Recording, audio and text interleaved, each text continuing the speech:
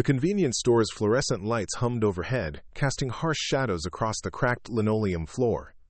Margaret Chen stood behind the counter, her weathered hands moving methodically as she sorted through the day's receipts. At 73, she moved with the careful precision of someone who had learned to conserve energy, each gesture deliberate and economical. Her silver hair was pulled back in a simple bun, secured with a plain wooden pin that had belonged to her grandmother. She wore a faded cardigan over a simple dress, the kind of unremarkable clothing that made her blend into the background of everyday life. Before we jump back in, tell us where you're tuning in from, and if this story touches you, make sure you're subscribed, because tomorrow I've saved something extra special for you. The neighborhood had changed dramatically over the past decade. What had once been a quiet residential area, filled with young families and elderly couples, had gradually transformed into something harder, more desperate. The old Italian bakery across the street had closed 2 years ago, its windows now covered with graffiti and peeling concert posters. The flower shop next door had lasted another 6 months before succumbing to the inevitable. Now only Margaret's store remained, a stubborn holdout against the tide of urban decay that seemed to wash over everything else. She had inherited the store from her late husband, David, who had run it for 37 years before his heart finally gave out on a humid Tuesday morning in July. The doctor said it was sudden, merciful even, but Margaret knew better. She had watched him grow more tired each day, more worn down by the constant worry of keeping the business afloat in an increasingly hostile environment.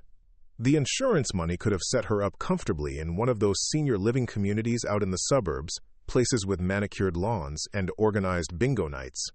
Instead, she had chosen to stay, to keep the store running, though she couldn't quite articulate why, even to herself. The regular customers appreciated her presence more than they expressed. Mrs. Rodriguez from the apartment complex down the block stopped by every morning for her coffee and the Spanish-language newspaper Margaret special ordered just for her. Tommy, the teenager who helped his mother with groceries every Friday, always took time to ask about her health and update her on his progress in school. Even Officer Patterson, the beat cop who had worked this neighborhood for 15 years, made it a point to check in during his evening rounds, though his visits had become more frequent and his expression more concerned as the months passed. The warnings had been subtle at first. Patterson would linger a bit longer during his visits, mentioning increased break-ins in the area or suggesting she consider closing earlier in the evening. Mrs. Rodriguez had started bringing her grown son along when she shopped, a hulking man with calloused hands and worried eyes who would position himself near the front of the store while his mother made her purchases. Even the teenagers from the local high school, kids who usually treated elderly store owners with casual indifference, had begun nodding respectfully when they passed her on the sidewalk. Margaret understood the subtext of their concern. She was a small, elderly woman running a business in a neighborhood where desperation had begun to override community bonds. She represented everything that predators looked for in a target: isolated, physically vulnerable, and in possession of something they wanted. The cash register held modest amounts of money, but more importantly, it represented an easy score for someone looking to fund their next fix or pay off a debt to someone more dangerous than themselves. What none of them knew, what Margaret had never felt compelled to share, was that she had spent 45 years of her life teaching something that most people only saw in movies. 3 days a week, from 4 in the afternoon until 9 at night, she had taught traditional kung fu at a small studio tucked away in the basement of a community center 8 blocks from her store. The classes were never large, usually no more than 6 or 7 students at a time, and she had never advertised or promoted herself beyond word-of-mouth recommendations from existing students. Her approach to martial arts instruction was decidedly different from the flashy demonstrations and competitive tournaments that dominated most people's understanding of the discipline. She taught movements that were subtle, efficient, and devastatingly effective when applied correctly. Her students learned to redirect force rather than meet it head-on, to use an attacker's momentum and aggression against them, to find the precise points on the human body where minimal pressure could cause maximum disruption. It was a martial art designed not for show but for survival, developed over centuries by people who understood that real violence was ugly, unpredictable, and decidedly unfair. Margaret had closed the studio 3 years ago, not from any declining ability, but simply because the community center had been sold to developers who planned to convert it into luxury condominiums. Her remaining students had offered to help her find a new location, but by then she was already dealing with David's declining health, and the increasing demands of keeping the store operational. She had practiced alone since then, going through the forms each morning in the small apartment above the store, her body moving through sequences that had become as natural as breathing. The evening shift was always the most challenging time. The fluorescent lights seemed harsher after dark, and the sounds from the street took on a different quality. Cars moved faster, voices carried differently, and the spaces between streetlights seemed to expand into pools of potential danger.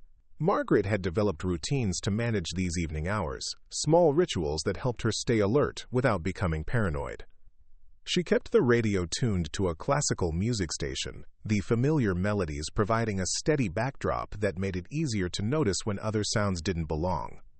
She positioned herself behind the counter in a way that gave her clear sightlines to both the front entrance and the rear exit, though she made these positioning choices look casual and unstudied. Most importantly, she had learned to trust the subtle tension in her shoulders, and the way her breathing changed when something in the environment shifted in a way that demanded attention. Tonight felt different from the moment she had unlocked the front door that morning. There was a quality to the air, a sense of anticipation that she couldn't shake. 3 times during the day she had noticed the same pair of young men walking past the store, each time moving a bit more slowly, their attention focused a bit more intently on the interior layout. The first time, she had dismissed it as coincidence. The second time, she had made a mental note of their appearances. One, tall and thin, with a spiderweb tattoo covering the left side of his neck. The other, shorter but broader, wearing a baseball cap pulled low over his eyes. By the third pass, she had begun making her own subtle preparations. The cash register held exactly $47.32, an amount she had calculated to be large enough to seem worthwhile, but small enough that losing it wouldn't devastate her finances. She had moved the larger bills to a small fireproof safe hidden behind boxes of inventory in the back room, following a routine she had developed months ago when the neighborhood's decline had become impossible to ignore. More significantly, she had begun wearing different shoes to work, trading her usual comfortable loafers for a pair of canvas sneakers that provided better traction and mobility. The clock above the door read 8:43 p.m. when they finally made their move. Margaret was organizing the magazine rack near the front window when she heard the soft chime of the door opening. She didn't look up immediately, maintaining the appearance of someone absorbed in mundane work, but her peripheral vision caught the movement of not 2, but 4 figures entering the store. The spiderweb tattoo was clearly visible on the tall one's neck, and she could see that the shorter one still wore his baseball cap, but they had brought friends. The third man was older, perhaps in his 40s, with the kind of wiry build that suggested either manual labor or a serious drug habit. His eyes moved constantly, scanning the store's interior with the methodical attention of someone conducting surveillance. The fourth was the youngest, probably not even 20, but he carried himself with the kind of artificial swagger that often masked deep insecurity and unpredictable violence. They spread out immediately upon entering, a coordinated movement that told Margaret this wasn't their first time working together. Spiderweb moved toward the rear of the store, positioning himself near the exit and effectively cutting off her most obvious escape route. Baseball Cap approached the counter but stopped just short of the normal customer distance, close enough to be threatening but far enough away to maintain the pretense that this was still a normal interaction. The older man began walking the perimeter of the store, his path seemingly random but actually designed to check for security cameras or hidden alarms. The youngest positioned himself near the front door, though he tried to make it look like he was browsing the snack foods displayed nearby. Margaret continued sorting magazines, her movements unchanged, though every muscle in her body had begun the subtle process of preparation. Her breathing remained steady and deep, but now she was consciously oxygenating her blood in preparation for rapid movement. Her stance appeared casual, but her weight had shifted slightly forward onto the balls of her feet. Most importantly, her mind had entered the state of relaxed alertness that she had spent decades training herself to access, a condition where time seemed to slow down, and every detail of her environment became crystal clear. Baseball Cap finally approached the counter, his hand already moving toward what was obviously a weapon concealed beneath his jacket. His voice was artificially casual when he spoke, but Margaret could hear the adrenaline underneath the words. "Hey, old lady, just give us what's in the register and nobody needs to get hurt." Margaret looked up from the magazines, her expression mild and seemingly confused. "I'm sorry, dear. What did you say?"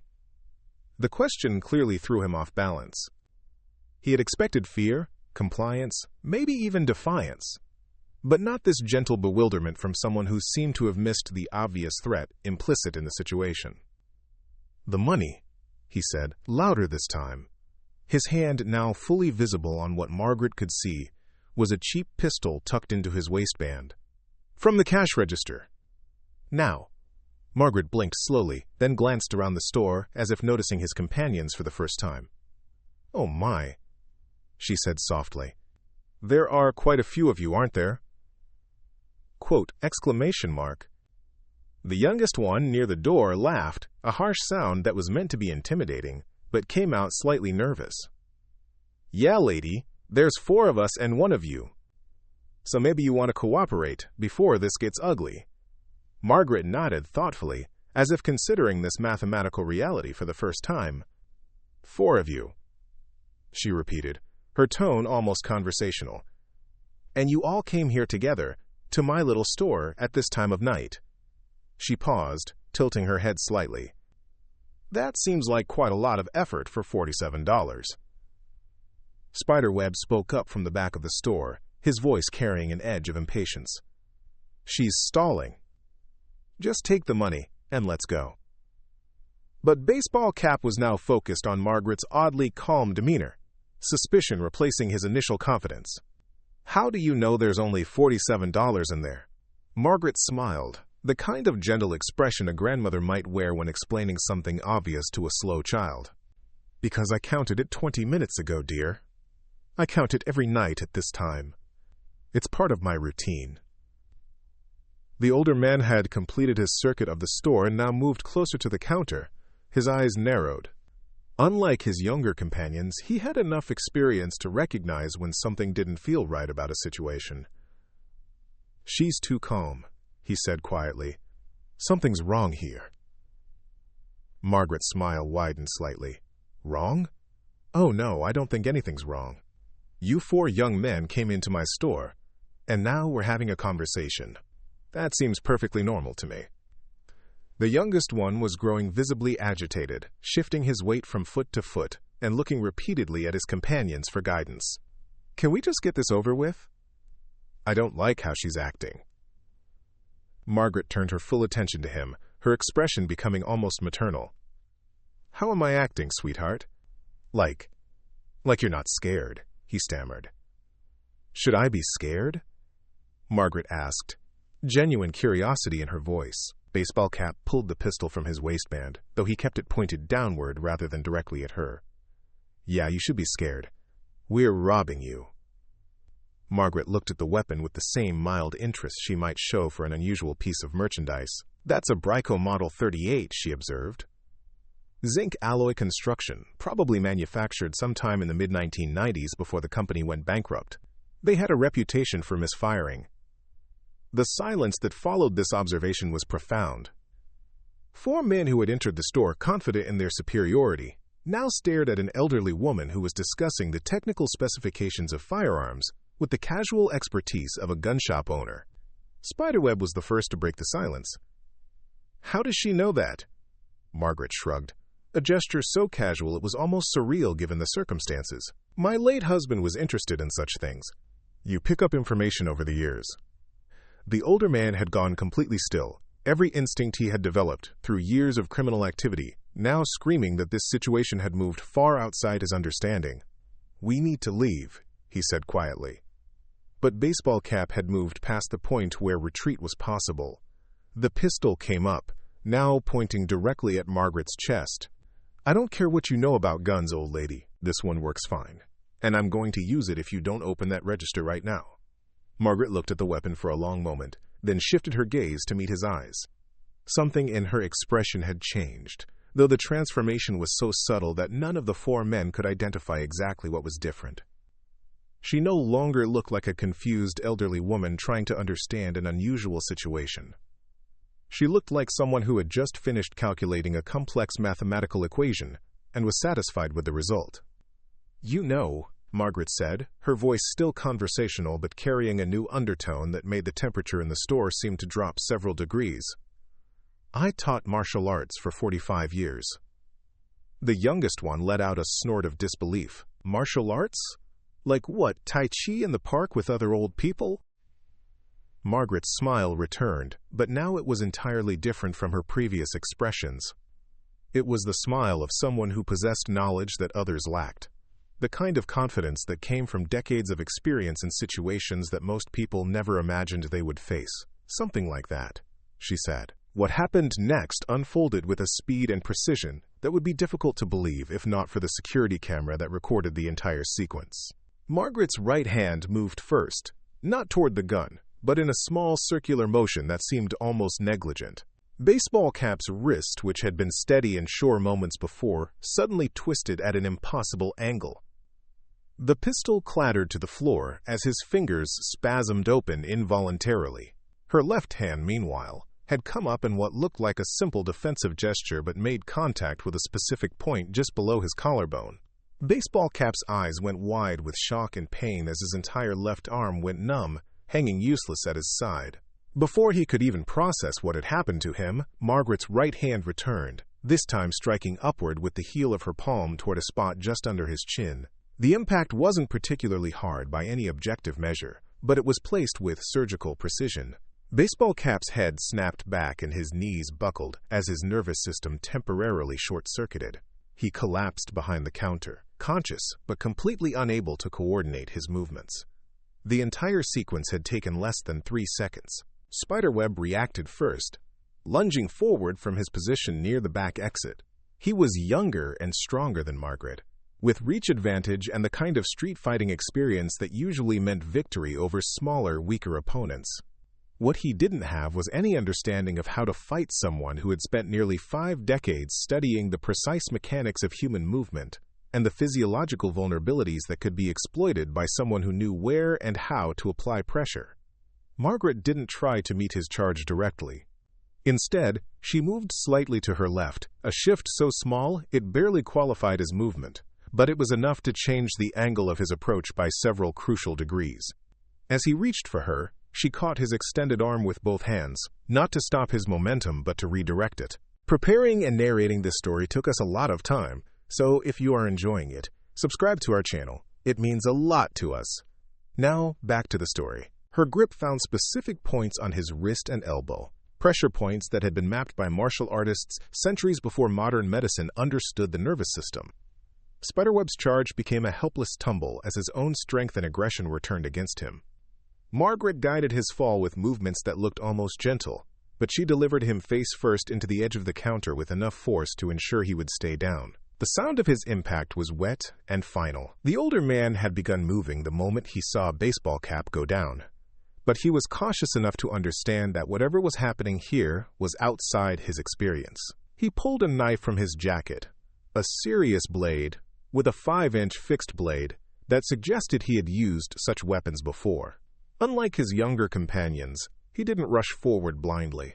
He circled carefully, looking for an opening while trying to process how an elderly woman had just dismantled 2 grown men with her bare hands. Margaret turned to face him, and for the first time since the confrontation began, her expression showed something other than mild concern. She looked at him the way a chess master might regard an opponent who had just made an interesting but ultimately futile move. "You're smarter than your friends," she said, nodding toward the knife. "But you're still making the same mistake they made." "What mistake?" he asked, genuinely curious despite the surreal circumstances. "You're assuming that age makes me weak," Margaret replied, "but I've been practicing how to hurt people for longer than you've been alive." He feinted left, then came in fast from the right, the knife leading in a practiced thrust, aimed at her midsection. It was a move that had worked for him before, combining deception with committed violence in a way that usually ended confrontations quickly. Margaret read the feint immediately, recognizing it as a technique she had seen hundreds of times in various forms from students who thought they were being clever. She moved into the attack rather than away from it, a counterintuitive response that brought her inside the range of the blade before he could adjust his trajectory. Her left hand guided his knife arm past her body while her right hand struck upward into his elbow joint. The crack of breaking bone was audible throughout the store, and the knife fell from fingers that no longer responded to his commands. Margaret didn't stop there. Her right hand continued upward, the same palm that had incapacitated Baseball Cap, now striking the older man's throat with precisely calibrated force. Not enough to cause permanent damage, but sufficient to temporarily collapse his airway and send him to his knees, gasping and choking. The youngest one had been frozen by the speed and violence of what he was witnessing. In the space of perhaps 15 seconds, he had watched 3 grown men, reduced to writhing, helpless figures by someone he had dismissed as an easy target. Now Margaret's attention turned to him, and he found himself unable to move, despite every instinct screaming at him to run. "You can leave," Margaret said, her voice returning to the gentle tone she had used at the beginning of their conversation. "Right now. Walk out that door and don't come back." He looked at his companions, all of whom were in various states of incapacitation, then back at Margaret. The artificial swagger that had characterized his earlier behavior had completely evaporated, replaced by the kind of primal fear that comes from realizing you have fundamentally misunderstood a situation. We didn't know," he stammered. Margaret tilted her head, the same gesture she had used earlier, but now carrying an entirely different meaning.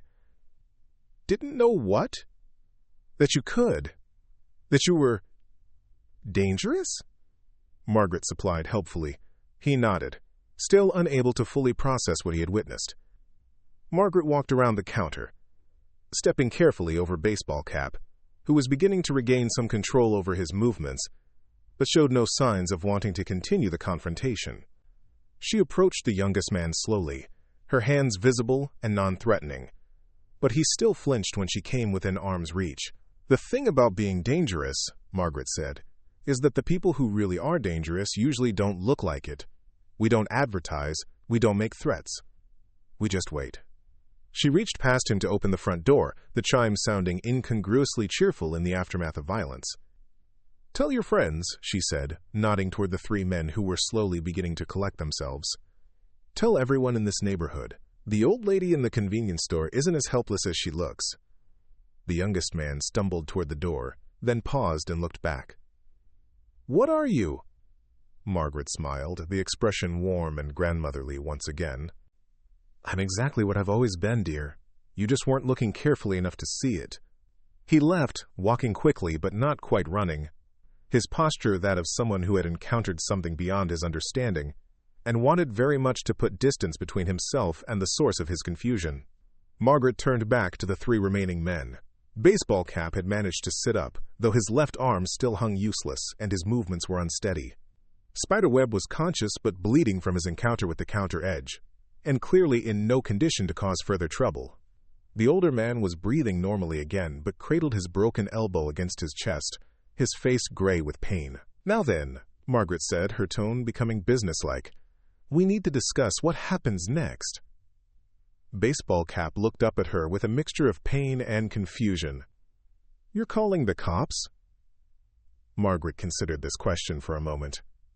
"That depends. Are you going to make me?" The 3 men exchanged glances, a silent communication that seemed to reach unanimous agreement very quickly. "No, ma'am," Spiderweb said, his voice slightly slurred from his impact with the counter. "We're done here." Margaret nodded approvingly. "Good. Because I want you to understand something very clearly. This neighborhood, this store, the people who shop here, they're under my protection. Not the police, not some security company, me. And as you've just learned, I'm quite capable of providing that protection." She walked back behind the counter and opened the cash register, removing the $47.32 she had mentioned earlier. She counted it carefully, then looked up at the 3 men. "I'm going to give you this money," she said, holding up the bills. "Not because you scared me into it, but because I want you to remember something every time you spend it. I want you to remember that you came here thinking you were predators, and you left knowing you were prey." Baseball Cap stared at her in disbelief. "You're paying us?" "I'm buying your education," Margaret corrected. "And I'm buying a message. Every time someone in this neighborhood thinks about targeting someone they assume is weak, I want them to remember what happened here tonight. I want them to wonder if they're making the same mistake you made." She placed the money on the counter between them. "Take it and go. And remember, this was a lesson, not a victory. I let you walk away because I chose to, not because you earned it. The older man struggled to his feet first, using his good arm to help himself up. "Come on," he said to the others. "Let's get out of here." They collected themselves slowly, moving like men who had discovered that their understanding of the world had been fundamentally incorrect. Baseball Cap paused at the counter to take the money, his eyes never leaving Margaret's face, as if he were trying to memorize her features for future reference. "How?" he asked quietly. Margaret smiled. 45 years of practice," she said. "And 45 years of knowing that the most dangerous people are usually the ones nobody suspects." They left without further conversation, supporting each other as they made their way out into the night. Margaret watched them through the front window until they disappeared around the corner. Then she walked to the door and turned the lock. The chime sounded one final time as she flipped the sign from open to closed. The store was quiet now. The only sounds the humming of the fluorescent lights and the distant traffic from the main street several blocks away. Margaret walked back behind the counter and began straightening the magazines that had been disturbed during the confrontation. Her movements were calm and methodical, the same careful precision she had shown at the beginning of the evening. She paused to examine a small tear in one of the magazine covers, probably caused when spiderweb had fallen against the display rack. With careful fingers, she smoothed the tear as best she could, then positioned the magazine so that the damage was less noticeable. It was a small gesture, but it represented something important to her. The maintenance of order in the face of chaos, the quiet insistence that civilized behavior would continue regardless of the forces that sought to disrupt it. Margaret walked to the back of the store and retrieved her purse from its hiding place behind a box of inventory. From it, she removed a small cell phone, one of the basic models that could make calls and send text messages but lacked the sophisticated features that seemed to complicate so many people's lives. She scrolled through her limited contact list until she found the number she was looking for, then composed a brief message. "Patterson, 4 men tried to rob the store tonight. They left voluntarily, no police needed, all secure. Margaret." She sent the message and put the phone away. Officer Patterson would receive it on his personal phone, the number she had given her months ago. When his concern about her safety had moved beyond professional courtesy into genuine friendship, he would understand the subtext of her message, and he would probably have questions, but she trusted him to respect her handling of the situation. The cleanup took only a few minutes. There were a few drops of blood on the floor where spiderweb had hit the counter, but they wiped up easily with some paper towels and disinfectant. A magazine rack needed to be straightened, and one of the display shelves had been nudged slightly out of alignment, but otherwise, the store showed no signs of the violence that had occurred there. Margaret saved the security footage from the evening to a small digital device, then reset the system for the following day. The recording would serve as insurance, evidence of what had really happened if anyone ever questioned her account of events. More importantly, it would serve as a reminder to herself of how quickly situations could change, and how important it was to remain alert and prepared. She made one final circuit of the store, checking that all the doors were secure and that the cash register was properly closed and locked. The $47 she had given to the would-be robbers represented a small financial loss, but she considered it money well spent. Word would spread through the neighborhood's underground networks, the informal communication system that connected everyone who lived on the margins of legal society. The story would be embellished and distorted as it passed from person to person, but the essential message would remain clear. The old lady in the convenience store was not what she appeared to be. Margaret climbed the narrow stairs to her apartment above the store, her footsteps quiet on the worn wooden steps. The apartment was small but comfortable, filled with the accumulated possessions of a long life shared with someone she had loved deeply. Photographs lined the walls, showing her and David at various stages of their relationship, from their wedding day 48 years ago to their last vacation together just months before his death. One photograph, positioned prominently on the mantelpiece above the old gas fireplace, showed a younger Margaret in a martial arts uniform, standing beside a small group of students outside the community center, where she had taught for so many years. Her expression in the photograph was serious but proud, the look of someone who had found their calling and pursued it with dedication. She prepared for bed with the same methodical approach she brought to everything else in her life. Her clothes were folded and put away, her teeth brushed, her hair released from its bun and brushed out before being braided for sleep. Before turning off the lights, she spent a few minutes going through a series of gentle stretching exercises. movements designed to maintain flexibility and circulation in joints that had been subjected to decades of martial arts training. As she lay in bed, Margaret reflected on the evening's events. She felt no particular pride in what had happened, no sense of triumph or victory.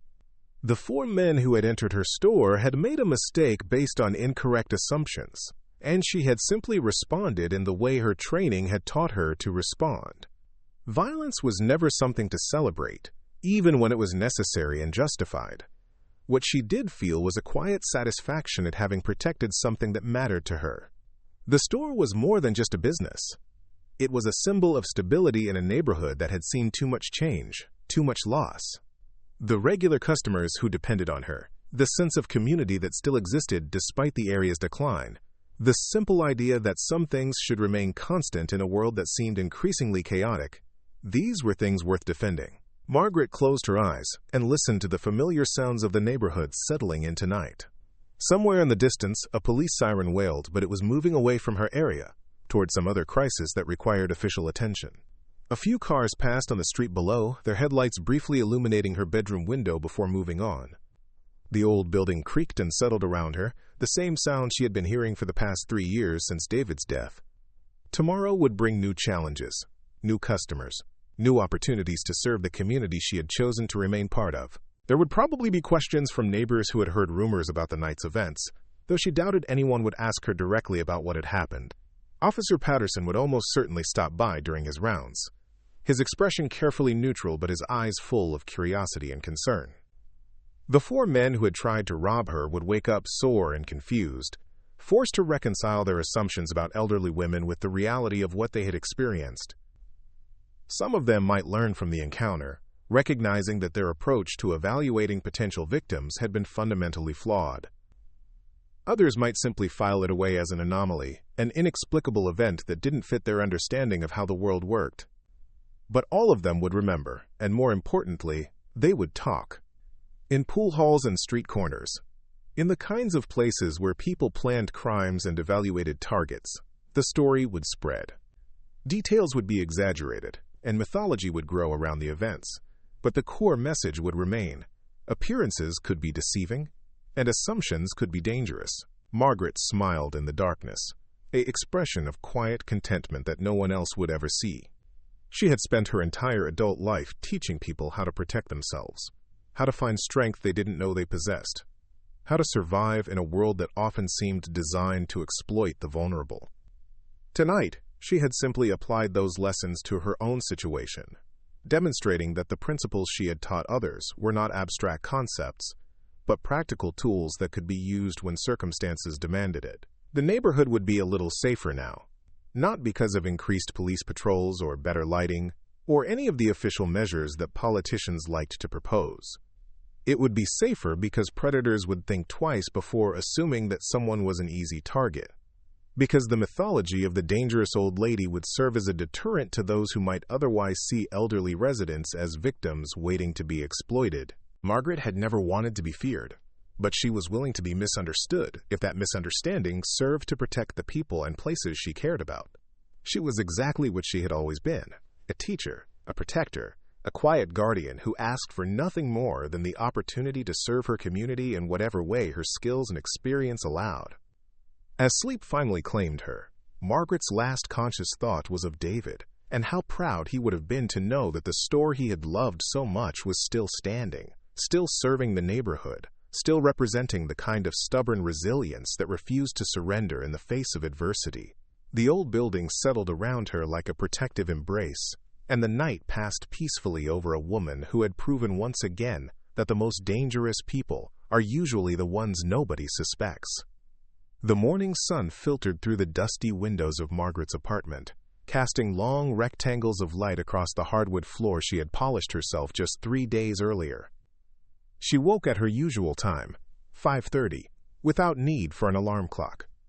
Her internal rhythm had been calibrated by decades of consistent routine, and even extraordinary events like the previous night's confrontation couldn't disrupt the steady cadence of her daily life. Margaret moved through her morning preparations with the same deliberate care she applied to everything. She made her bed with hospital corners, a habit learned during her brief stint as a volunteer at the Veterans Hospital, where David had recovered from his knee surgery 15 years ago. Her clothes were selected not for fashion but for practicality. Comfortable shoes that wouldn't slip on wet floors, pants with deep pockets for the various small tools her work required, and a sweater that would keep her warm during the long hours behind the counter. The apartment held no evidence of the previous night's violence. No torn clothing, no bruised knuckles, no visible reminder that she had recently incapacitated 3 grown men with her bare hands. This absence of physical aftermath was not accidental, but rather a testament to the precision of her technique. Traditional martial arts, when properly applied, relied on leverage and anatomical knowledge rather than brute force, making it possible to neutralize threats without sustaining significant damage in the process. As Margaret prepared her breakfast, a simple meal of oatmeal with fruit and green tea, she reflected on the strange disconnect between her current life and her previous one. For 45 years, she had been Margaret Chen, the martial arts instructor, a woman whose students respected her knowledge and feared her disapproval. Now she was Margaret Chen, the convenience store owner, invisible to most of the world, dismissed by those who noticed her at all as just another elderly widow struggling to maintain her independence. The transformation had been gradual and largely unconscious. After closing the martial arts studio, she had simply stopped mentioning that aspect of her background. Customers who asked about her life heard about David, about the challenges of running a small business, about the changes in the neighborhood over the years. They didn't hear about the regional tournaments where her students had dominated the traditional forms competitions, or the self-defense seminars she had conducted for women's groups throughout the city, or the quiet pride she had taken in teaching people to protect themselves in a world that often seemed designed to victimize the vulnerable. This concealment had been protective, allowing her to blend into the background of daily commerce without attracting unwanted attention. But it had also been isolating, cutting her off from the identity that had defined her for nearly half a century. The previous night's confrontation had been jarring not just because of the violence, but because it had forced her to acknowledge how completely she had buried that part of herself. Margaret finished her breakfast and descended the narrow stairs to the store below. The space looked exactly as it had the night before, showing no signs of the drama that had unfolded there. She had always been meticulous about maintaining appearances, understanding that customers needed to feel safe and comfortable in order to conduct their business. A store that looked damaged or dangerous would drive away the very people she depended on for survival. She unlocked the front door and flipped the sign to open, then began the daily routine of checking inventory and preparing for the morning rush. The newspaper delivery truck arrived at 6:15, its driver offering his usual cheerful wave as he dropped off the bundles of papers she would sell throughout the day. The bread truck followed 20 minutes later, delivering the fresh loaves that Mrs. Rodriguez preferred for her family's breakfast. Each interaction was normal, unremarkable, part of the steady rhythm of commerce that kept the neighborhood functioning. Tommy Chen arrived at 7:30, no relation despite sharing her surname, a coincidence that had amused both of them when he had first started helping his mother with groceries 2 years earlier. He was 16 now, taller than Margaret by nearly a foot, with the kind of lanky build that suggested he would eventually grow into his limbs. His mother worked 2 jobs to support their family, and Tommy had taken on the responsibility of managing their household shopping with a maturity that impressed Margaret every week. "Morning, Mrs. Chen," he said, collecting a shopping basket from the stack near the door. "Mom needs the usual stuff, plus she said to ask if you got any of that special tea she likes." Margaret smiled, reaching under the counter for a small box she had set aside specifically for Tommy's mother. "The jasmine green tea with the white label. I ordered extra just for her." Tommy's face lit up with the kind of genuine happiness that came from knowing his mother would be pleased. "She's gonna love that." She's been talking about how the other stores don't carry the good stuff anymore. As Tommy moved through the store, carefully checking items off a handwritten list, Margaret watched him with the protective attention she might have shown for a grandson. The neighborhood's decline had hit families like Tommy's particularly hard, forcing children to grow up faster and take on responsibilities that previous generations wouldn't have faced until much later. Yet Tommy had managed to maintain both his academic performance and his cheerful disposition, a resilience that spoke well of his character and his mother's parenting. "Mrs. Chen," Tommy said as he approached the counter with his selections, "my mom wanted me to ask if you're okay. She heard some rumors about something happening here last night. Margaret's expression didn't change as she began ringing up his purchases, but internally she noted that word was already spreading through the neighborhood's informal communication networks.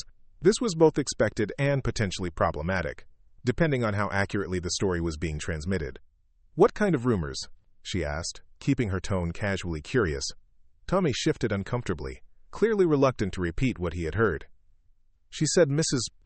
Rodriguez told her that some guys tried to cause trouble, but that you handled it. I told her that didn't make sense because... He trailed off, realizing that finishing the sentence might be insulting. "Because I'm just a harmless old lady?" Margaret supplied, her tone gently amused. Tommy's face reddened. "I didn't mean it like that. It's just, 4 against 1 isn't fair odds for anybody." Margaret handed him his change, their fingers brushing briefly as he took the coins. "Tommy, can I tell you something that might help you as you get older?" He nodded, giving her his full attention in the way that well-raised children did when adults offered advice. People are very rarely exactly what they appear to be on the surface.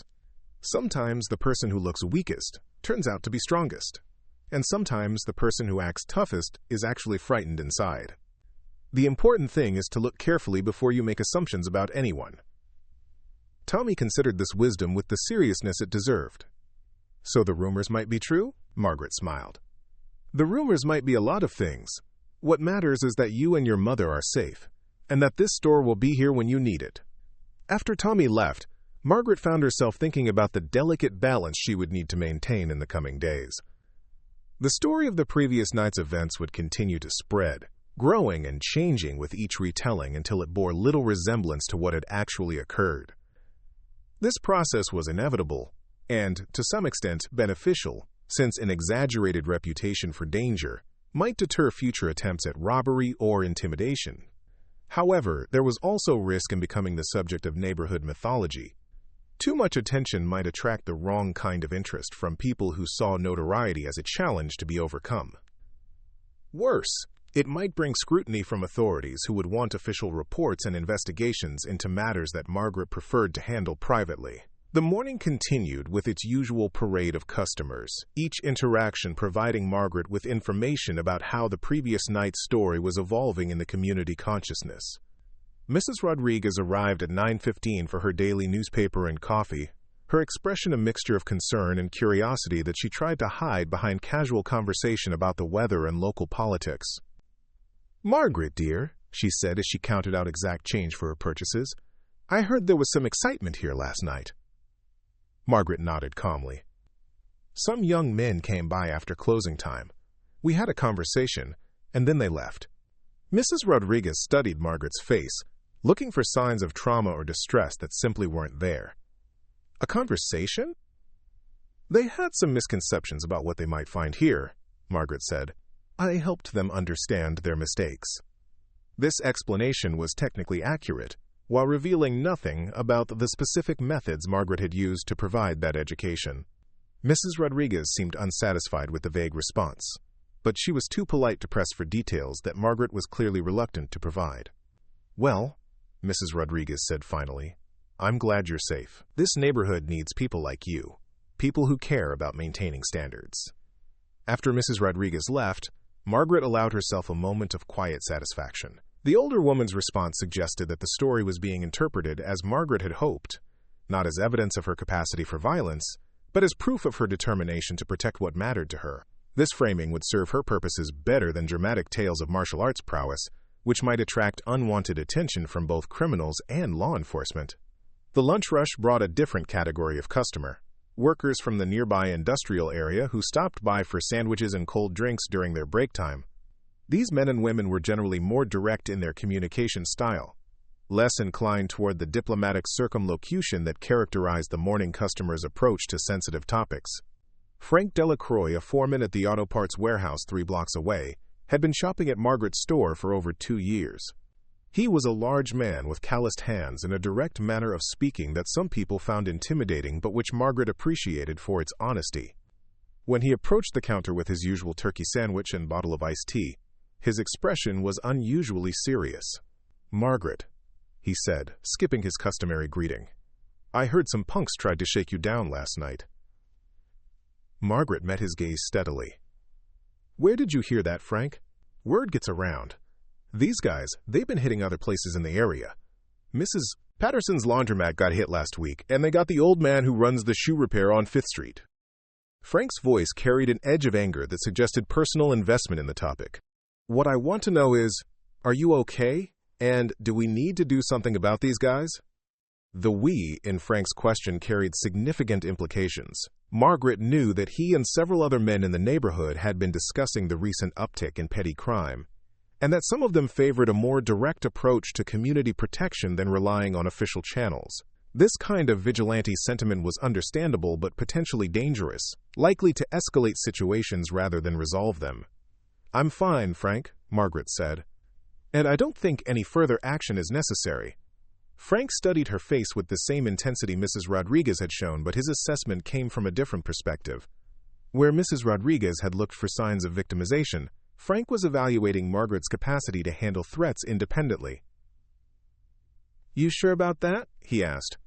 Because if these guys think they can just waltz in here whenever they want, they're going to keep coming back. Margaret's smile carried a confidence that surprised Frank, though he couldn't identify exactly why her expression seemed different from usual. I don't think they'll be back, she said. And I don't think they'll be bothering other people in the neighborhood either. Something in her tone made Frank reconsider his assumptions about what had actually happened the previous night.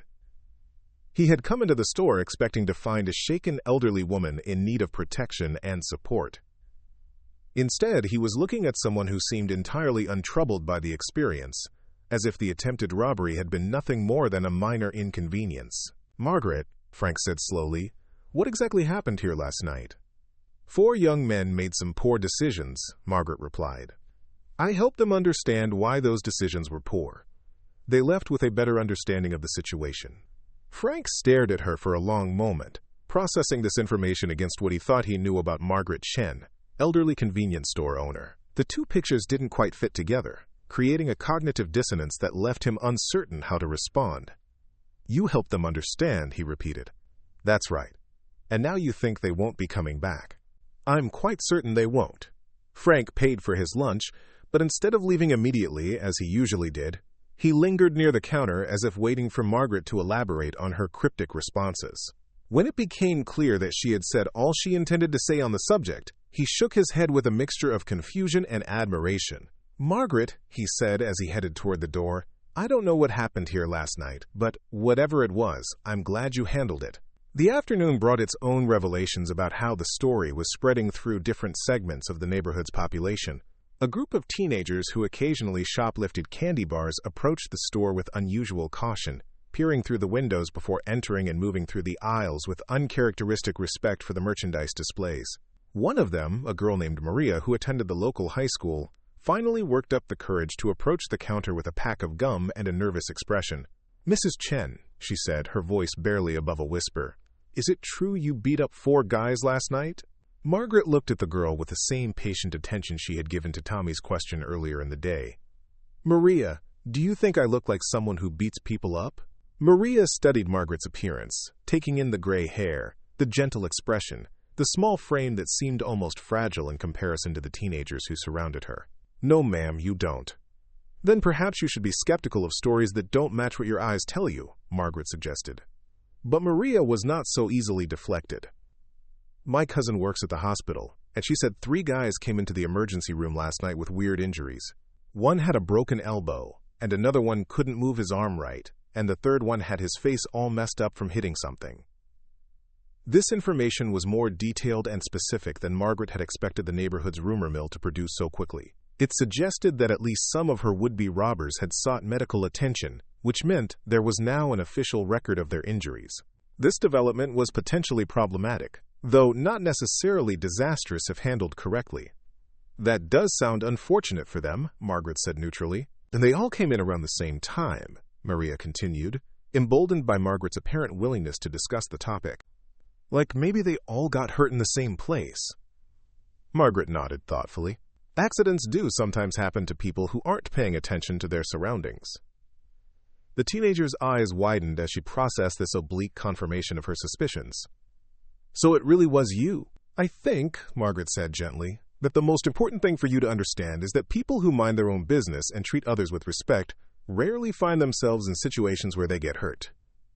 Maria paid for her gum and left the store walking backward, her eyes never leaving Margaret's face until she was safely outside. Through the window, Margaret could see her rejoining her friends and engaging in animated conversation, her hands gesturing dramatically as she recounted their exchange. This interaction illustrated both the benefits and the risks of the growing mythology surrounding the previous night's events. On the positive side, teenagers who had previously viewed Margaret as an easy target for petty theft now regarded her with something approaching awe. The casual disrespect that had characterized some of their earlier interactions had been replaced by genuine courtesy, a change that would make her daily work more pleasant and less stressful. However, the specific details Maria had shared about the hospital visits suggested that the story was spreading beyond the immediate neighborhood into wider social networks. Emergency room staff talked to other medical professionals, who talked to their families, who talked to their neighbors. The contained local incident that Margaret had hoped to maintain was already expanding into something more public and potentially harder to control. Officer Patterson arrived at 4:30 during the brief lull between the lunch rush and the evening commute. Margaret had been expecting his visit since sending him the text message the previous night, though she wasn't entirely certain what approach he would take to their conversation. Their relationship over the past several years had been based on mutual respect and shared concern for the neighborhood's welfare, but it had never been tested by circumstances like these. Patterson was a career police officer in his early 50s, someone who had seen enough of human nature to approach most situations with cautious pragmatism rather than rigid adherence to procedural requirements. He had worked this beat long enough to understand that official responses to community problems weren't always the most effective solutions, and that sometimes the best thing law enforcement could do was maintain strategic ignorance about how certain issues resolve themselves. "Afternoon, Margaret," he said, his tone carefully neutral as he approached the counter.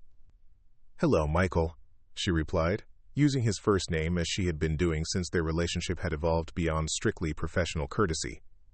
"How was your night?" Patterson smiled at the question's implications. "Quiet, actually. No calls from this area at all, which was nice for a change." They regarded each other for a moment, both understanding that this conversation would require careful navigation of topics that neither wanted to address directly. "I got your message," Patterson said finally. "I thought you might appreciate being kept informed." "I do.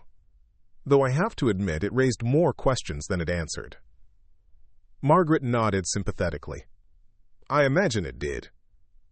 Patterson glanced around the store, taking in the neat displays and orderly arrangements that suggested no recent disruption of normal business operations. "Everything looks normal here." "I try to maintain standards," Margaret said. "I'm sure you do." Patterson paused, clearly debating how much he wanted to know about the previous night's events. "Margaret, I've been getting some interesting reports today." "Oh?" 3 individuals showed up at County General last night with injuries consistent with some kind of altercation. Broken bones, soft tissue damage, that sort of thing. Margaret listened to this information with the polite attention she might show to a weather report. "That sounds concerning."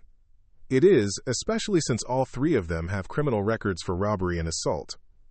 The kind of people who might look at a business like yours and see an opportunity." "I can see why that would worry you." Patterson studied Margaret's face, looking for any sign that she understood the implications of his visit. The thing is, when the hospital staff asked them what happened, they all claimed they couldn't remember. Some kind of group amnesia, apparently. "Memory can be unreliable, especially after traumatic events," Margaret observed. "That's true. Though it's unusual for 3 separate people to all develop the same type of memory loss at exactly the same time." Margaret shrugged slightly. "I'm not a medical expert, Michael. I wouldn't know what to make of something like that." Patterson was quiet for a long moment, weighing his next words carefully. "Margaret, if something did happen here last night, something that resulted in 3 criminals ending up in the hospital, I want you to know that I wouldn't necessarily consider that a bad outcome." This statement represented a significant departure from official police protocol, an acknowledgement that sometimes justice took forms that didn't conform to legal procedures. Margaret appreciated both his honesty and the trust it represented, but she also understood the position it put him in professionally. "Michael," she said, What if I told you that sometimes problems solve themselves without requiring official intervention? I'd say that sounds like the kind of problem solving I can support, Patterson replied, especially if it results in a safer neighborhood for everyone. And what if I told you that the people involved in last night's problem are unlikely to create similar problems in the future? I'd say that sounds like the best possible outcome from a difficult situation. They stood in comfortable silence for a moment, both understanding that they had reached an agreement without stating its terms explicitly. Patterson would not investigate the previous night's events too closely, and Margaret would continue to handle neighborhood security issues in ways that didn't require official police involvement. Margaret, Patterson said as he prepared to leave, I want you to know that you can call me directly if you ever need assistance with anything. My personal cell number is in your phone, and I check messages even when I'm off duty. I appreciate that, Michael, but I think things are going to be quiet around here for a while. Patterson nodded, accepting her assessment without questioning how she could be so confident about future security in an area that had been experiencing increasing crime rates. I hope you're right, he said. This neighborhood needs more people like you, people who care enough to make a stand when it matters. After Patterson left, Margaret reflected on the careful dance of communication they had just performed. Both of them understood that official channels weren't always the most effective way to address community problems, and both were willing to work within unofficial frameworks when circumstances demanded it. This kind of pragmatic flexibility was what made neighborhood policing effective, though it required officers like Patterson who were willing to exercise discretion and judgment rather than simply following procedural guidelines. The evening brought the usual collection of commuters, stopping for last-minute necessities on their way home from work. Most of these customers were focused on their own concerns and paid little attention to neighborhood gossip, but Margaret noticed subtle changes in how they interacted with her. Conversations were slightly more deferential, eye contact lasted a bit longer, and several people who usually paid without speaking offered polite inquiries about her health and well-being. These small shifts in social dynamics suggested that word of the previous night's events had spread through multiple layers of the community, reaching even the peripheral customers who didn't participate in the neighborhood's daily social networks. The story was becoming part of the area's folklore, contributing to a collective understanding of local power structures and social relationships. As closing time approached, Margaret found herself thinking about the long-term implications of her new reputation. For decades, she had been invisible, overlooked, dismissed as irrelevant by people who equated age with helplessness. This anonymity had been both protective and isolating, allowing her to avoid unwanted attention while simultaneously cutting her off from the recognition and respect she had earned through years of service to her community. The events of the previous night had shattered that invisibility in ways that couldn't be undone. She was now known, talked about, regarded with a mixture of curiosity and caution that would follow her through every future interaction. This visibility brought both opportunities and risks that she would need to navigate carefully. Margaret locked the front door at exactly 9 o'clock, following the same routine she had maintained for 3 years since taking over the store. She counted the day's receipts, noting that sales had been slightly higher than usual, possibly due to customers who had come by primarily to satisfy their curiosity about the previous night's events.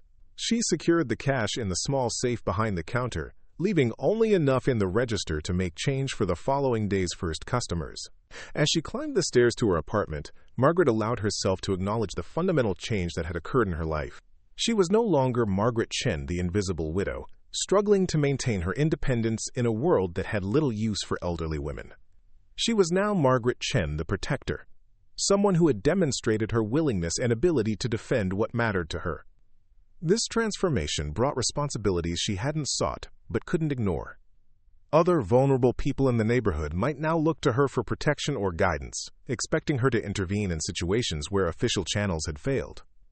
Criminal elements might view her as a challenge to be overcome or a threat to be eliminated. Law enforcement might find ways to involve her in investigations or operations that she preferred to avoid. Margaret prepared for bed with the same methodical care she brought to all her activities, but her mind remained active as she processed the day's interactions and their implications for her future.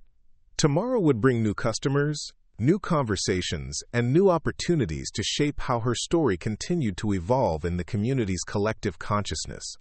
She had spent most of her adult life teaching people to protect themselves, to find strength they didn't know they possessed, to stand up against forces that seemed overwhelming. Now she found herself in the position of embodying those lessons, of becoming the kind of person she had always encouraged her students to become. As Margaret settled into bed, she reflected on the strange symmetry of her situation. For 45 years, she had been preparing people for moments like the one she had experienced the previous night. She had taught them to recognize danger, to respond decisively, and to accept the consequences of their actions with dignity and resolve. Now she was living proof that those lessons worked, that the principles she had taught were not abstract concepts but practical tools for navigating a dangerous world. The night passed quietly over a neighborhood that was beginning to understand that appearances could be deceiving, and that sometimes the most dangerous people were the ones nobody suspected. Margaret slept peacefully, confident that she had handled a difficult situation with the skill and discretion that decades of training had provided her. Tomorrow would bring new challenges, but she was ready for them. 3 weeks had passed since that pivotal evening, and the ripple effects continued to spread through the neighborhood, like concentric circles expanding from a stone dropped in still water. Margaret had noticed the changes immediately, subtle at first, but growing more pronounced with each passing day. The transformation wasn't just in how people treated her, but in how they carried themselves when they walked past her store, how they spoke to each other on the sidewalks, and how they looked at their surroundings with new awareness. The most immediate change had been in the local crime statistics, though Margaret only learned about this through Officer Patterson's casual mentions during his increasingly frequent visits. Break-ins had decreased by 60% in the surrounding 6-block radius. Purse snatchings had virtually disappeared. Even vandalism had dropped to levels not seen in over 2 years. The unofficial word on the street, Patterson had told her with barely concealed amusement, was that this particular neighborhood had become too hot for easy criminal activity. Margaret understood the psychology behind this shift. Predators relied on predictability, on their ability to identify vulnerable targets and exploit them without unexpected resistance. When that predictability was shattered, when the fundamental assumptions about risk and reward were called into question, even the most brazen criminals began looking for easier opportunities elsewhere. The story of the elderly woman who had hospitalized 4 attackers had become a cautionary tale, growing in the telling until it served as an effective deterrent to anyone considering the area as a hunting ground. The neighborhood's transformation had attracted attention from beyond its borders. City council members who had previously ignored requests for increased police patrols were now taking meetings with community leaders, eager to understand what had sparked such a dramatic improvement in local safety. Urban planning specialists were studying the area as a case example of organic community revival. Social workers were documenting the changes in resident behavior and quality of life metrics. None of these outside observers had identified Margaret as the catalyst for the transformation. To them, she remained invisible, just another elderly business owner who happened to operate in an area that had somehow turned itself around. This anonymity at the official level suited Margaret perfectly, allowing her to maintain the low profile she preferred, while continuing to serve her community in ways that bureaucratic oversight might complicate. However, within the neighborhood itself, Margaret's reputation had evolved into something approaching local legend. Mothers pointed her out to their children as an example of someone who had refused to be intimidated by bullies. Teenagers who had once viewed elderly residents as easy targets now offered to carry heavy packages and held doors open with genuine respect. Even the rougher elements who still lived in the area gave her store a wide berth, treating it as neutral territory that was off-limits for any kind of criminal activity. This elevation in status brought responsibilities that Margaret hadn't anticipated. People began coming to her with problems they couldn't solve through official channels, seeking advice or intervention in situations where traditional authorities had failed them. A young mother whose ex-husband was violating a restraining order asked Margaret if she knew anyone who could talk sense into him. An elderly man whose landlord was trying to force him out of his rent-controlled apartment wondered if Margaret might know how to make the harassment stop. Margaret handled these requests with the same careful discretion she brought to all her interactions. She listened without judgment, offered practical advice when she could, and gently redirected people toward appropriate resources when their problems required expertise she didn't possess. Most importantly, she never promised more than she could deliver, understanding that her newfound reputation came with the risk of creating expectations she couldn't meet. The most significant test of her new role came on a Thursday evening in late November. Margaret was preparing to close the store when she heard shouting from the street outside, the kind of angry voices that immediately put her on alert. Through the front window, she could see a crowd gathering around two figures engaged in what appeared to be a heated argument. One was Mrs. Rodriguez's teenage son, Carlos, whom Margaret had watched grow from a shy boy into a responsible young man over the past several years. The other was someone she didn't recognize, a man in his 20s with the kind of aggressive posture that suggested he was looking for trouble. Margaret could see Mrs. Rodriguez standing at the edge of the crowd, her face pale with fear as she watched her son face off against someone who was clearly older, larger, and more experienced with violence. Other neighbors had gathered as well, but none of them seemed willing to intervene in what was rapidly escalating toward physical confrontation. The argument seemed to center around some kind of debt or obligation, with the older man demanding payment for something, while Carlos insisted he didn't owe anything. Margaret couldn't hear the specific words from inside the store, but the body language was unmistakable. The older man was using his size and intimidating presence to pressure Carlos, while the teenager was trying to stand his ground despite being clearly outmatched. Margaret understood immediately that this was the kind of situation her reputation had been building toward. The neighborhood was watching to see how she would respond, whether the stories they had heard about her were true, whether she was really the protector they had begun to believe her to be. Her next actions would either reinforce the mythology that had grown around her, or reveal it to be nothing more than exaggerated gossip. She unlocked the front door and stepped outside, not hurrying, but moving with the kind of purposeful stride that commanded attention. The crowd noticed her immediately, conversation stopping mid-sentence as people turned to watch her approach. Even the two men at the center of the confrontation paused their argument, sensing the shift in atmosphere that her presence had created. Margaret walked directly to Mrs. Rodriguez, placing a gentle hand on the older woman's shoulder. "Elena," she said quietly, using Mrs. Rodriguez's first name, "what's happening here?" Mrs. Rodriguez's relief at seeing Margaret was obvious. "That man," she said, nodding toward Carlos's antagonist, "he says my son owes him money for drugs." "But Carlos doesn't do drugs, Mrs. Chen. He's a good boy. He's never been in trouble." Margaret studied the older man, taking in details that would help her understand what kind of person she was dealing with. His clothes were expensive but flashy, the kind of designer labels that people wore when they wanted others to know they had money. His hands showed no signs of manual labor, but his knuckles bore the small scars that came from repeated fights. Most telling of all, his eyes moved constantly, scanning the crowd and the surrounding area with the hypervigilance of someone who lived in a world where violence was always a possibility. This was not one of the neighborhood petty criminals who had tried to rob her store. This was someone from outside the area, someone connected to more serious criminal enterprises. The kind of person who could make problems for Carlos and his family that would extend far beyond a single confrontation. Margaret approached the two men slowly, her hands visible and her posture non-threatening. Both Carlos and his antagonist watched her approach with very different expressions. Carlos looked hopeful, as if he believed that Margaret's presence might somehow resolve the situation in his favor. The older man looked dismissive, seeing only an elderly woman inserting herself into a situation that didn't concern her. "Excuse me," Margaret said politely, addressing the older man. "I'm Margaret Chen. I own the store across the street, and Carlos is one of my regular customers. Is there some way I can help resolve this situation?" The man looked her up and down with a kind of contempt that suggested he had no patience for interference from someone he considered irrelevant. "This doesn't concern you, old lady. Walk away and mind your own business." Margaret smiled, the same gentle expression she might wear when explaining something simple to a confused customer. "Actually, anything that happens to the young people in this neighborhood does concern me. Carlos is a good boy from a good family, and I'd hate to see him get into trouble over some misunderstanding." "No misunderstanding," the man replied, his voice carrying the kind of edge that was meant to intimidate. "This punk took product from one of my people, and now he thinks he doesn't have to pay for it. That's theft, and theft has consequences." Carlos started to protest, but Margaret held up a hand to stop him. She had heard enough to understand the dynamics of the situation.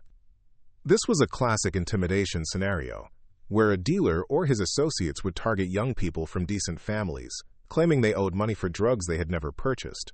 The goal was to extract payment from parents who were too frightened or embarrassed to involve law enforcement, creating easy profit from manufactured debts. "What kind of product are we talking about?" Margaret asked, her tone remaining conversational. The question seemed to surprise the man, as if he hadn't expected an elderly woman to engage with the specifics of drug transactions. What kind doesn't matter. What matters is he took it, and now he pays for it. Margaret nodded thoughtfully. And how much does he supposedly owe? $500.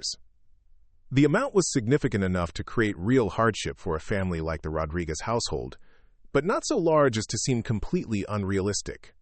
It was the kind of calculated extortion that these operations specialized in, designed to extract maximum profit while minimizing the risk of serious law enforcement attention. Margaret turned to Carlos, her expression patient and encouraging.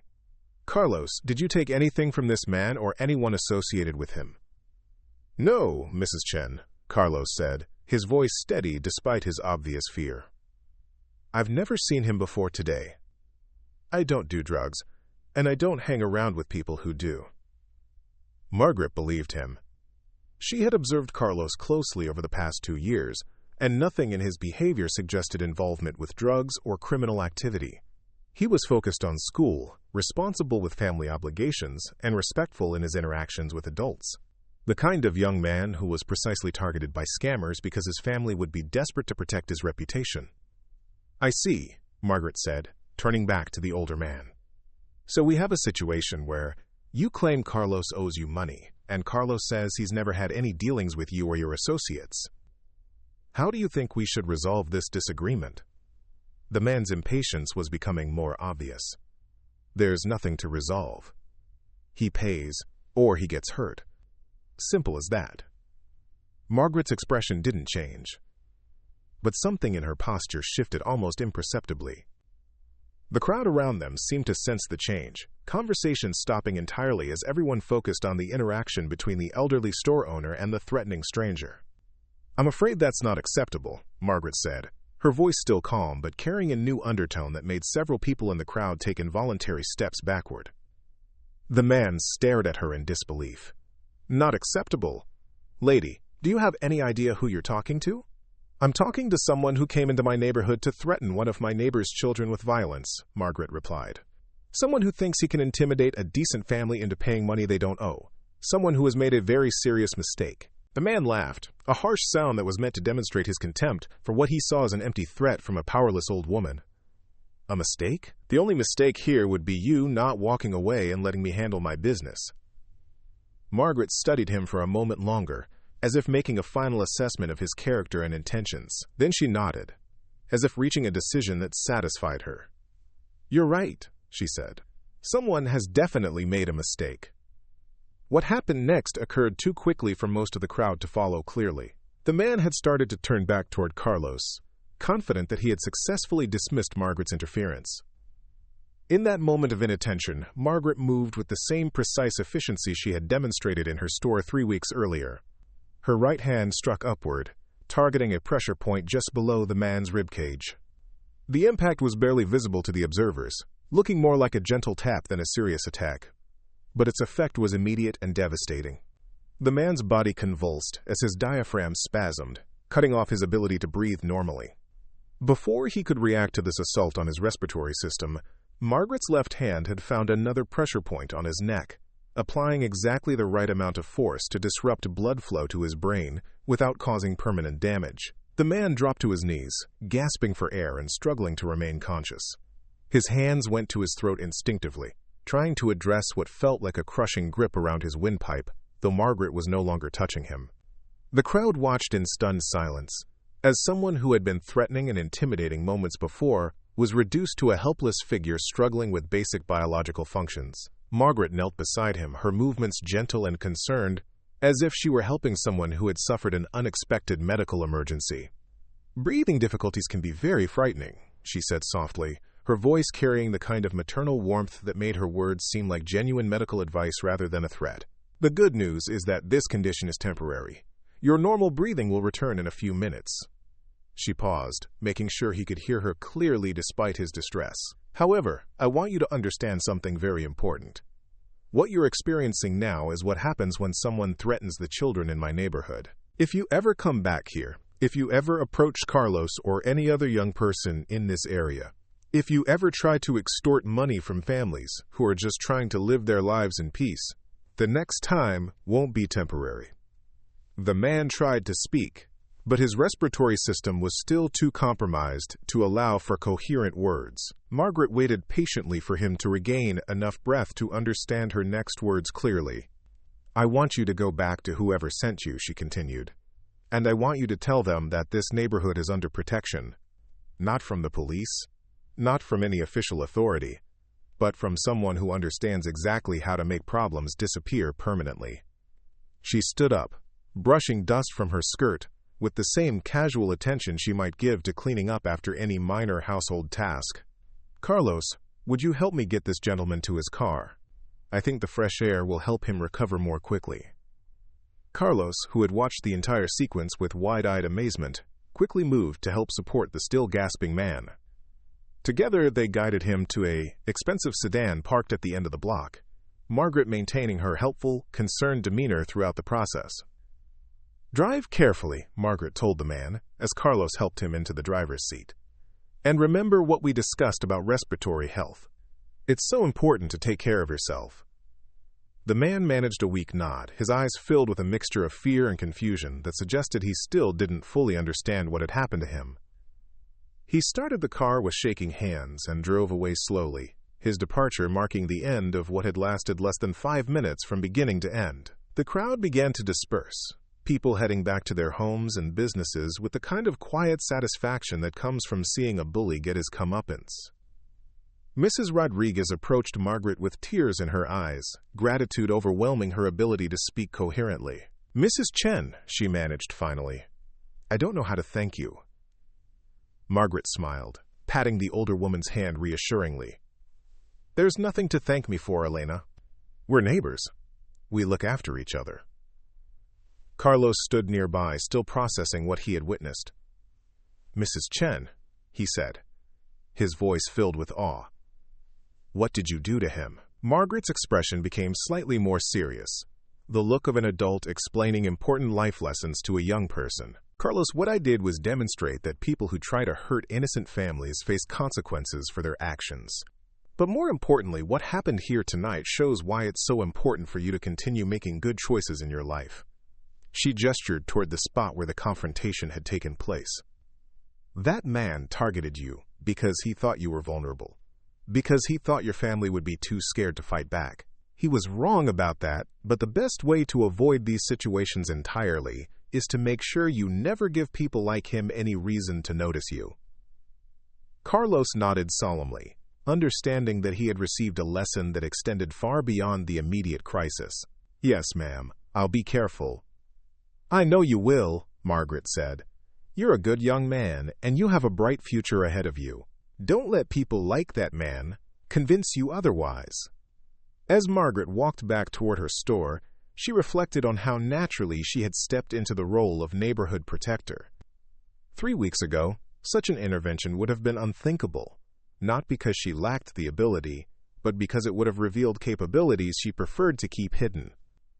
Now, her reputation made such actions not just possible, but expected.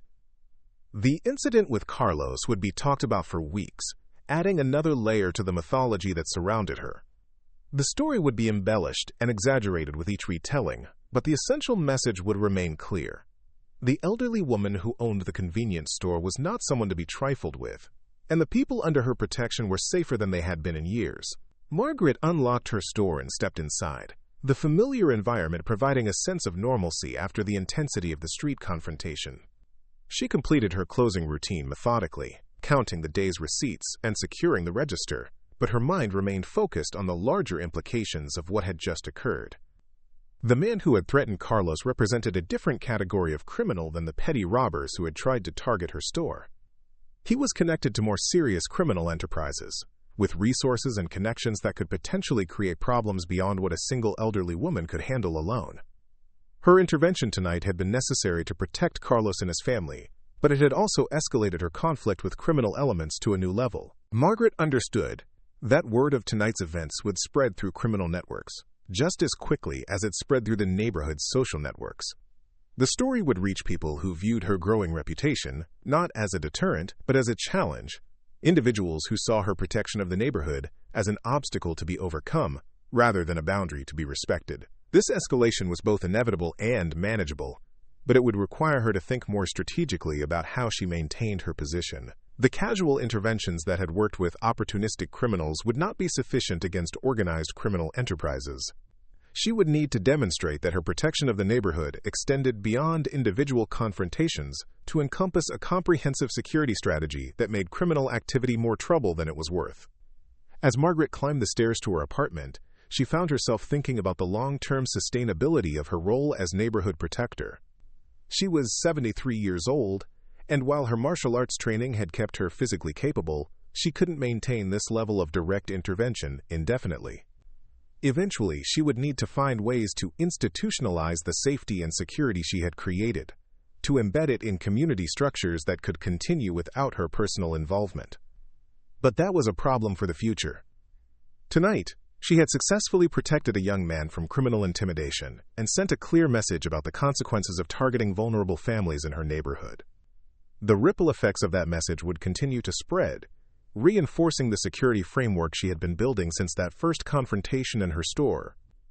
Margaret prepared for bed with her usual methodical care, but she allowed herself a moment of satisfaction at how the evening had concluded.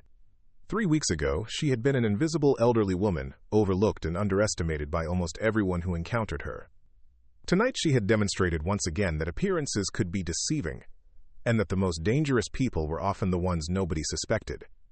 The neighborhood slept peacefully that night, secure in the knowledge that someone was watching over them, someone who had the ability and the determination to protect what mattered. Margaret Chen had found her place in the community not as a victim or a burden, but as a guardian, someone whose quiet strength made everyone else a little bit safer. 6 months later, the transformation of the neighborhood was complete. Property values had begun to rise as word spread about the area's improved safety. New businesses had opened, attracted by the low crime rates and strong community cohesion.